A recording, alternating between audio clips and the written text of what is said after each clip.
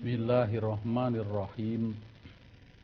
Assalamualaikum warahmatullahi wabarakatuh. Bismillahirrahmanirrahim. Alhamdulillahi rabbil alamin. Wassalatu wassalamu ala habibi rabbil alamin, Sayyidina wa habibina wa syafi'ina wa qurrati a'yunina wa maulana Muhammad wa ala alihi tahirin wa sahabatil muntajabin wa man tabi'ahum bi ihsanin ila yaumiddin, amma ba'du. Para pemirsa, baik yang di studio, di rumah maupun di mana saja berada, berjumpa kembali dengan saya dalam kajian membedah Shirathul Mustaqim, mencari jalan yang lurus.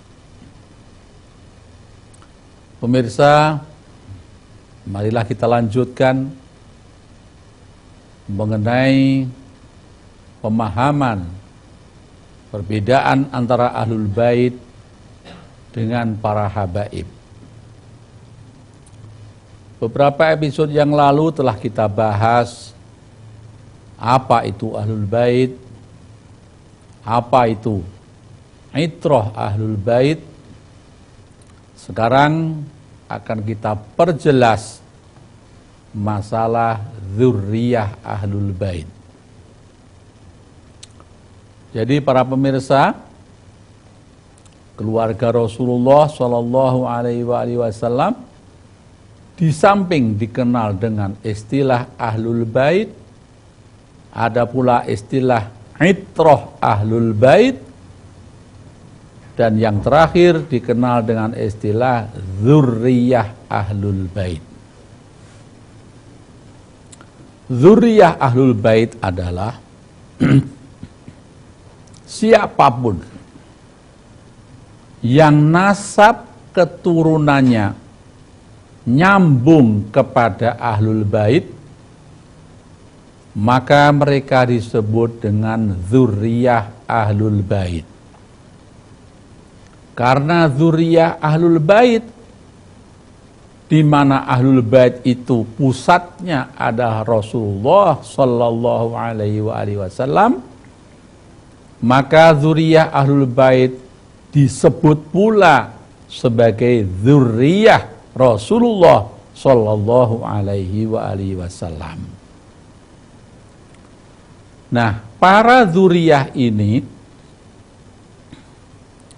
dikenal di negara kita, masyarakat Indonesia, dengan istilah atau panggilan Habib, Sayyid, Syarif, Sidi, Ayib, Tuanku, Wan, kalau laki-laki.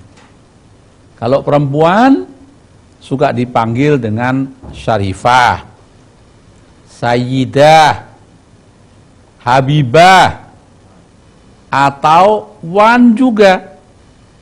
Seperti ada Habibah Ni'mah, suka dipanggil Wan Ni'mah.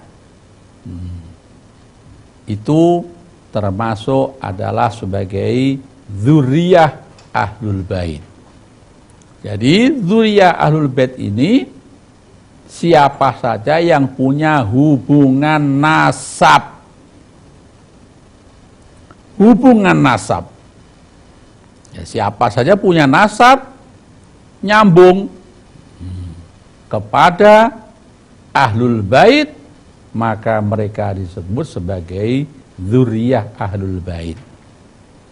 Nah, beberapa episode yang lalu pemirsa juga sudah saya jelaskan bahwa di negara kita Indonesia itu punya bermacam-macam marga. Ya, ada Alatas, ada Al-Idrus, ada As-Sahab, ada Al-Habsyi, dan lain-lain. Ya, nah mereka ini, para habaib ini, bukan orang-orang yang dijamin kesuciannya. Jadi tidak maksum, pemirsa. Berbeda dengan ahlul bait dan itrah ahlul bait. Kalau ahlul bait dan itrah itu dijamin maksumnya, pasti benarnya, tidak akan salah, tidak akan keliru dalam perkataan dan perbuatannya. Tapi kalau dzurriyyah ahlul bait ini tidak ada jaminan terhadap kesucian dan kebenarnya. Jadi mereka ini ya bisa saja berbuat salah, bisa saja berbuat keliru. Nah, karena bisa berbuat salah, berbuat keliru, maka tidak pernah agama Islam menyarankan untuk taat patuh kepada para habaib ini secara total. Akan tapi harus melalui syarat-syarat sesuai enggak dengan ahlul bait atau itrah ahlul baitnya. Karena itu, para pemirsa,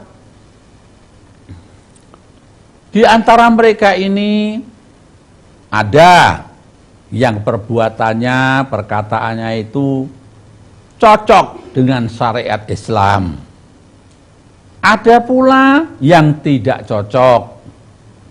Bahkan ada pula yang bertentangan. Bahkan di antara mereka ini ada juga yang memeluk agama Islam, atau bahkan pula ada yang tidak memeluk agama Islam. Itu dzurriyyah ahlul bait. Nah, mungkin ada yang bertanya, apakah para habaib ini mengetahui ajaran-ajaran ahlul baitnya? Artinya, ketika umat Islam kebanyakan saja, banyak yang tidak tahu kebenaran ahlul bait ini. Kalau setelah Rasulullah ada orang-orang yang diikuti, ada orang-orang yang harus diikuti sebagai penerus Rasulullah, yaitu ahlul bait atau itrah ahlul bait.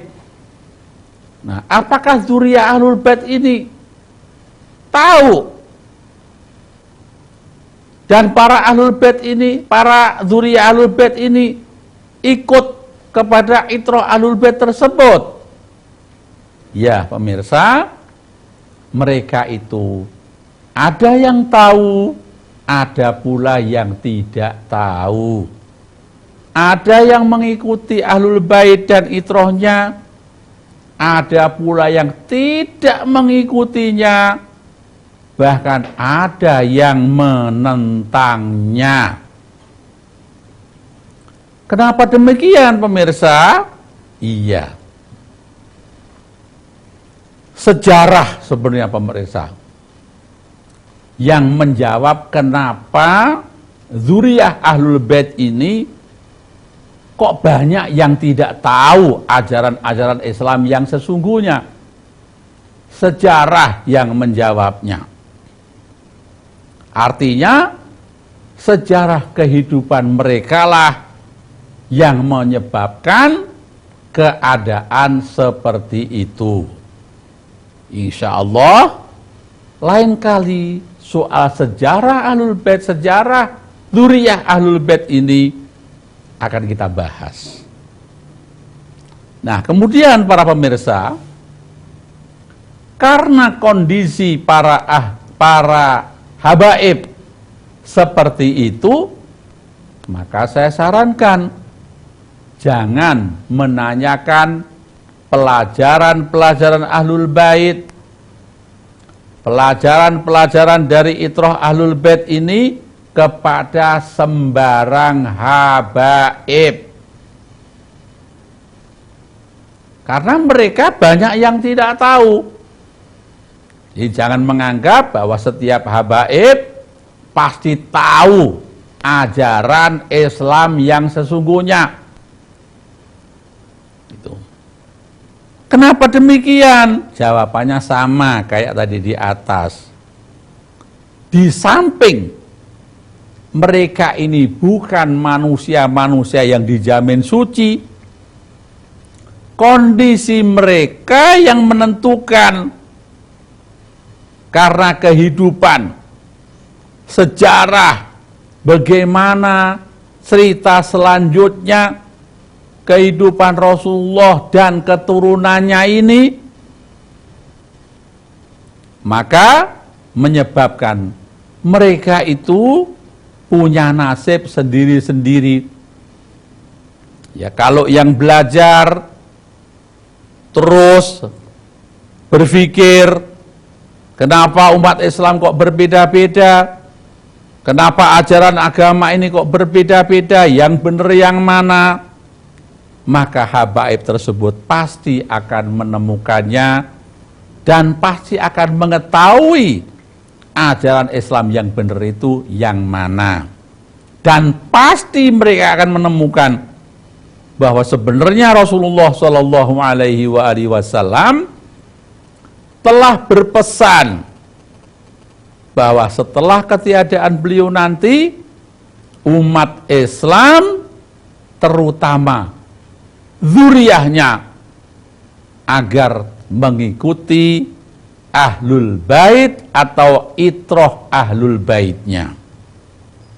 Akan tapi kalau tidak belajar, ya mereka tidak akan tahu. Nah, karena tidak akan tahu dan tidak tahu, maka nasibnya sama seperti orang-orang yang bukan dari zuriyah Ahlul Bait. Nah,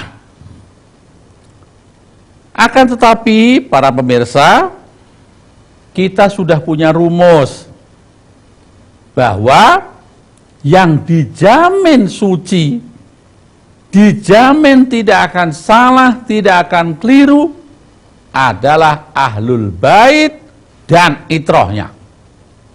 Dan itulah yang harus ditaati, yang harus diikuti oleh kita semua umat Islam. Adapun selain dari Ahlul Bait dan itrahnya, yakni seperti zuriyahnya, apalagi yang lain, adalah bernasib sama.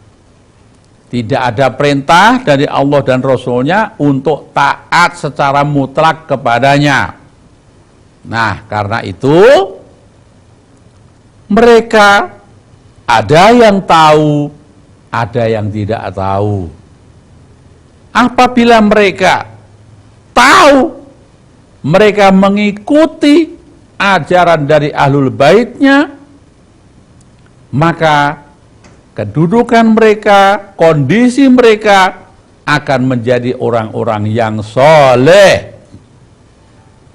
Tidak mungkin untuk mencapai derajat kesucian, karena masalah kesucian adalah masalah hak prerogatif Allah Subhanahu wa Ta'ala. SK Allah Subhanahu wa Ta'ala yang menunjuk kepada orang-orang yang dijamin suci ini untuk menjadi mandatarisnya, dan itu adalah Ahlul Bait dan itrah Ahlul Baitnya. Nah, zuriyah tidak ada SK ke sana. Pemirsa sekalian, sebenarnya zuriyah Ahlul Bait ini, saya yakin kalau memang mereka ini kok mau mempelajari, meneliti dengan pikiran yang baik, yang jernih, hati yang bersih, di mana mereka mengamati kenapa umat Islam kok berbeda-beda, apalagi umat Islam banyak yang bermusuhan, saling menyesatkan, kenapa kok seperti ini? Semua umat Islam mengklaim diri mengikuti Rasulullah Shallallahu Alaihi Wasallam, yakni kakek moyangnya. Kemudian mencari kenapa kok seperti ini. Saya yakin 1000% pemirsa, para habaib akan cepat menemukannya. Akan cepat menemukannya. Apa sebab pemirsa? Iya, karena di dalam diri mereka itu telah mengalir darah dan daging Rasulullah Shallallahu Alaihi Wasallam. Karena itu para pemirsa, perlakuan terhadap mereka pun harus berbeda dibanding kepada orang lain. Karenanya para pemirsa, kalau kebenaran kok bersumber dari mereka, umpama ada habaib menjelaskan tentang ahlul bait, menjelaskan tentang Islam yang sebenarnya, habaib yang jelasin bahwa setelah Rasulullah harus diikuti adalah ahlul baitnya, itrah ahlul baitnya, ayatnya ini, hadisnya ini, sejarahnya begini, maka kita harus meyakininya 2 kali lipat. Karena di samping perkataannya benar, darah dan daging Rasulullah mengalir di tubuhnya.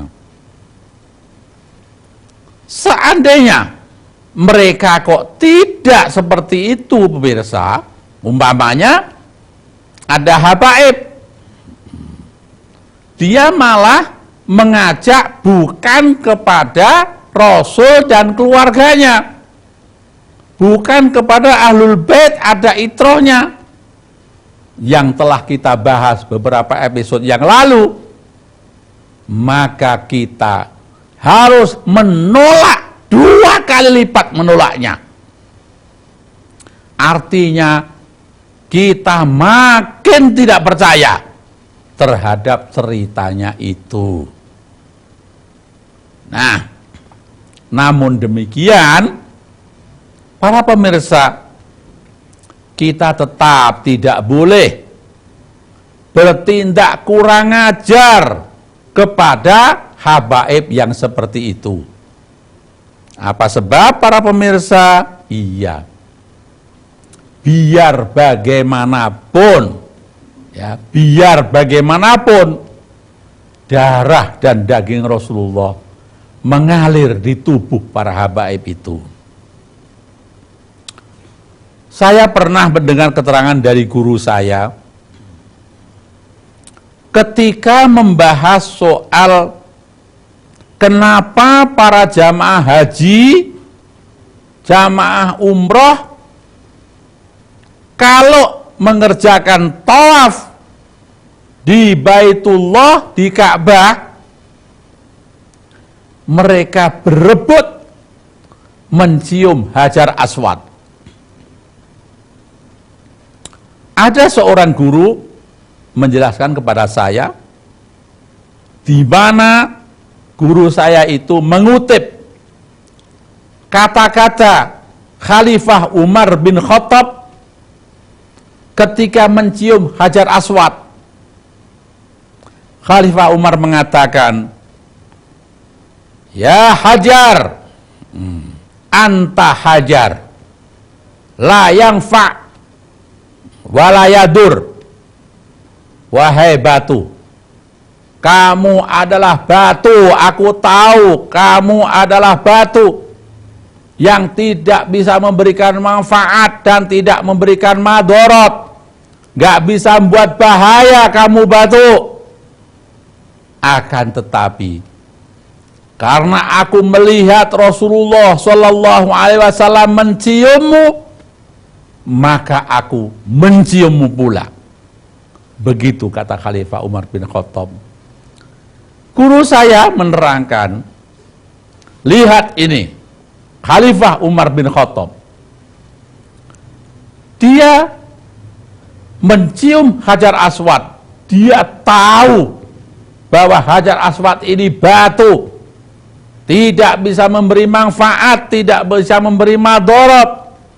Akan tetapi karena melihat Rasulullah Shallallahu Alaihi Wasallam menciumnya, maka enggak banyak mikir Khalifah Umar, ikut begitu saja untuk menciumnya. Kalau bahasa kiai saya istilahnya nyari barokahnya. Nah, lantas guru saya, para pemirsa, memberikan gambaran. Kalau batu, di mana Rasulullah pernah menciumnya saja, akan memberikan barokah. Bagaimana kalau ada sesuatu di situ darah dan daging Rasulullah mengalir di tubuhnya? Apakah tidak tambah barokahnya? Kalau kita mencium tangannya, mencium tubuhnya. Nah, guru saya melanjutkan keterangannya, makanya biar bagaimanapun kita harus bersikap baik kepada para habaib untuk mencari barokahnya. Kita menciumnya karena ada darah daging Rasulullah yang biar bagaimanapun pasti mengalir di tubuh mereka itu. Ya, memang alangkah sejuknya, alangkah tenang dan ademnya para pemirsa ketika kita menemukan habaib dzurriyyah Rasulullah Sallallahu Alaihi Wasallam mengajak kita semuanya untuk mengikuti junjungan kita, ya kakek mereka, yaitu Rasulullah Sallallahu Alaihi Wasallam ini, karena ya hanya kakek mereka itulah yang ditunjuk oleh Allah Subhanahu wa Ta'ala, Tuhan kita semuanya, menjadi penyelamat hidup kita baik di dunia maupun di akhirat nanti. Nah, memang menyedihkan kalau sampai ada habaib kok tidak mengajak kita kepada mazhab kakeknya, kok malah mengajak kepada mazhab selainnya, apalagi naudzubillah mengajak kepada orang-orang yang memusuhinya, mazhab-mazhab yang memusuhi kakek mereka. Namun demikian para pemirsa, kita harus ingat sejarah, latar belakang, kondisi dan situasi mereka lah yang membuat mereka seperti itu. Karena itu para pemirsa, apabila kita menemukan habaib kok kelakuannya, perkataannya menyimpang dari syariat Islam, maka ada 3 pilihan yang harus kita lakukan. Yang pertama, kalau kita punya keberanian bicara baik-baik dengan beliau-beliau, sadarkan beliau-beliau itu, bukankah darah daging Rasulullah Shallallahu Alaihi Wasallam mengalir di tubuh Tuhan? Apakah Tuhan tidak malu berbuat seperti ini, berbuat seperti itu? Kalau ada habaib kok malah memusuhi mazhab Ahlul Bait, ingatkan kalau kita punya keberanian. Seperti ada habaib malah ngajak kepada mazhab di luar Ahlul Bait. Kita tanyakan, kita sampaikan kepada mereka, apakah Rasulullah dulu tidak pernah memesan apa-apa? Apakah Rasulullah kakek tuan ini sebelum meninggal tidak pernah pesan apa-apa? Harus kepada siapa umat Islam ini mengikuti? Apakah tidak berpesan begitu? Tanyakan begitu.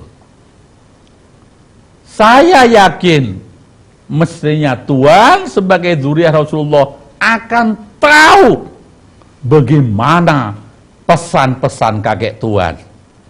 Karena tidak mungkin kakek Tuhan, Nabi yang aku cintai, meninggalkan umat begini besar, kok meninggal nggak pesan apa-apa. Sementara beliau berkali-kali memesan. Bahkan Al-Quran juga mengajarkan, apabila seseorang akan meninggal dunia, hendaklah memberikan wasiat. Dan tidak mungkin Rasul SAW kakek tuan kok meninggal tidak pesan apa-apa. Dari sini para pemirsa, saya yakin kalau memang dia Habib asli, darah daging Rasulullah mengalir di tubuhnya, maka mereka pasti akan berterima kasih, akan sadar karena diingatkan kepada kakeknya yang mulia. Akan tetapi sebaliknya, kalau dia bukan Habib asli alias Habib gadungan, jangan-jangan para pemirsa diingatkan dengan kakeknya, Jibril turun, gak akan percaya pemirsa. Begitu. Nah, akan tapi kalau memang betul, saya yakin pasti beliau-beliau itu akan berterima kasih. Apa sebab? Ya itu tadi, darah dan daging Rasulullah mengalir di tubuhnya. Yang kedua, kalau tidak punya keberanian para pemirsa, bilangin kepada habaib yang tahu, sampaikan keadaan mereka kepada habaib yang tahu, biar habaib yang tahu itulah nanti yang akan mendidiknya. Kalau kita juga tidak berani, maka yang nomor 3, jaga jarak sama mereka. Menjaga jarak tapi tetap baik dengan mereka. Paling tidak mendoakan semoga habaib mendapatkan hidayah daripada Allah Subhanahu wa Ta'ala. Pemirsa sekalian, kondisi habaib yang tidak mengikuti mazhab kakeknya ini juga dirasakan pula oleh para habaib yang tahu. Mereka juga malu. Mereka juga berusaha bagaimana para habaib ini menjadi satu, mengikuti kakek moyangnya, mengikuti datuknya Rasulullah Shallallahu Alaihi Wasallam, dan menjadi pembimbing kebenaran, membimbing umat kepada jalan yang satu, yang tidak menyimpang dari garis-garis besar dari Al-Quran yang telah diwahyukan oleh Allah Subhanahu wa Ta'ala. Dan sepengetahuan saya, para pemirsa, sekarang pun bahkan sudah dari dulu, upaya-upaya para habaib itu melalui berbagai macam cara, berbagai macam media, mereka juga tetap berusaha sekuat tenaga untuk memberikan pencerahan, penyadaran kepada para habaib yang bernasib seperti itu.